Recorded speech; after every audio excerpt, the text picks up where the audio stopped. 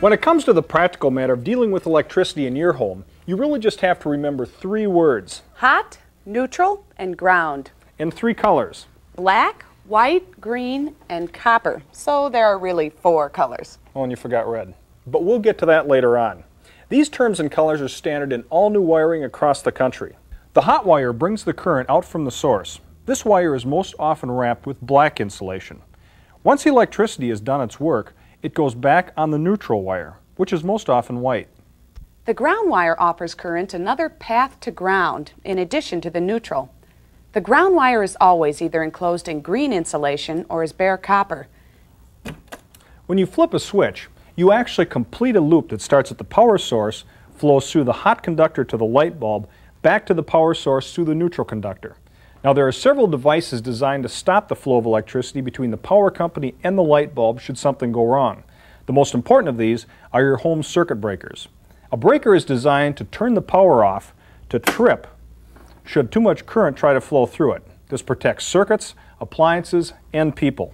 For example, if the hot lead and the neutral lead were accidentally connected, it creates a situation called a short circuit. Current will take the easiest path available to it, so it'll bypass the bulb and take the direct route back to the neutral, the short circuit. However, there are cases where a short circuit is preferable to an even more dangerous situation, and this is where the grounding system comes in. Well, suppose the hot lead in this toaster came loose and accidentally touched the metal case. This makes the outside of the toaster electrically hot, and there's a real risk of fatal shock for anyone who touches it. A grounding system connects the metal frame and case of the toaster to the earth. If a hot wire touches a toaster frame, it immediately creates a short circuit and trips the breaker. Short circuits aren't the only reason for a tripped breaker. Overloaded circuits are actually an even more common cause. Well, each circuit in a house is designed to carry a maximum load, depending on the area of the house or which appliance the circuit feeds. On our demonstration service panel, the main breaker is rated at 100 amps, and there are 15, 20, 30, and 40 amp breakers for various circuits. If too many devices are running on a circuit, it draws more current than the wiring is designed for, and the breaker will trip, shutting down the circuit. If an older house has been remodeled or large appliances have been added, you may find several types of service panels.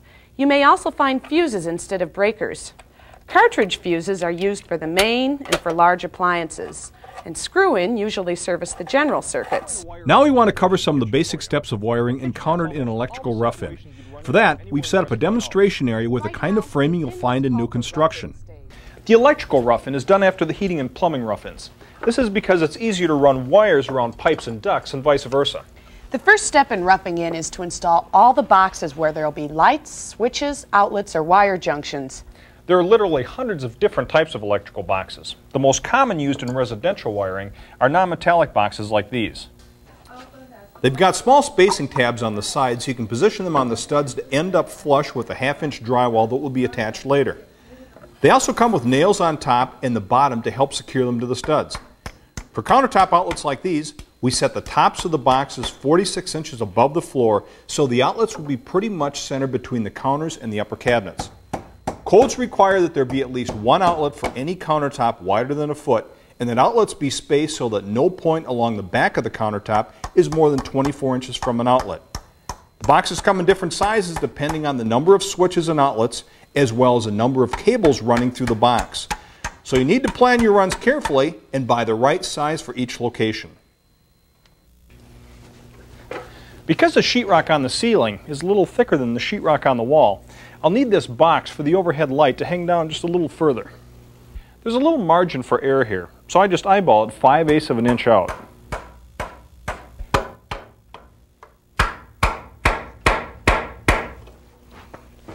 This box nailed into the side of the joist.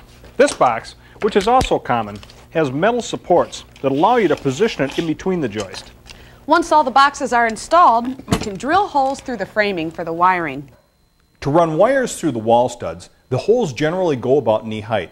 And code requires that the holes be at least 1.25 inches from the front of the stud and 1.25 inches from the back of the stud so that the cables running through the holes won't be pierced by any drywall, screws, or nails. It basically means drilling the holes dead center. By the way, cables are always easier to pull through later if the holes are all the same height. Existing mechanical runs might not let you drill the holes dead center, but you can still protect your wiring from nails and screws with these steel plates which are available at home centers. Code requires them to be at least 1/16 of an inch thick, and you must use them whenever a hole is less than 1.25 inches from the edge of the framing. Depending on the layout of your project, you may find yourself drilling through ceiling joists. Even on thicker lumber, try to drill in the center of the piece. To drill your holes correctly, you really need to have a pretty good idea of where your cable will be running. We plan that ahead of time, and we'll explain each run as we put it in. Non-metallic sheathed cable is a do-it-yourselfer's dream come true. It makes wiring a lot more simple than running lots of individual conductors through conduit. It comes in different sizes depending on the capacity you want for the circuit, and with 2 or 3 conductors plus a ground. The first circuit we're going to wire is the one that includes the overhead light and the switch. Now this is a single 15 amp circuit, so we'll use 14 gauge wire with 2 conductors. For quick reference, it's known as 14-2 cable.